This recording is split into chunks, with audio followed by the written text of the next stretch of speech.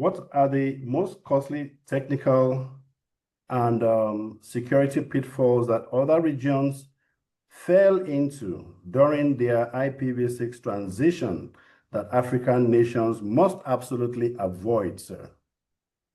And so I would start by saying the biggest hindrance is delaying the rollout to IPv6. This is obviously very difficult to manage because it's one of those things where it has to do with cash flow and access to equipment and all of that stuff. But if the rollout can be planned or phased out and that cost can be spread out over the phases, I think that's one thing that can help a lot because otherwise you're waiting until all of your IPv4 addresses are exhausted and then you're really crunched and pressed for time to try and make the switch over at the last second.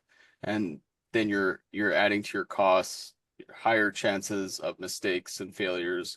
The next major point I would say is being careful with the fragile mechanisms to try and do dual stack. So an example of this would be like 6 to 4 or Teredo, those technologies where you're trying to manage both together.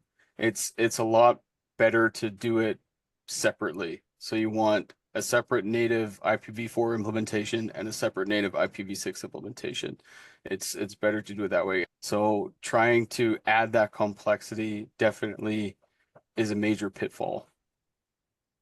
Building off of that, I would say another big pitfall is the complexity factor. And so this was actually already covered, but education is extremely important because the stacks are so different.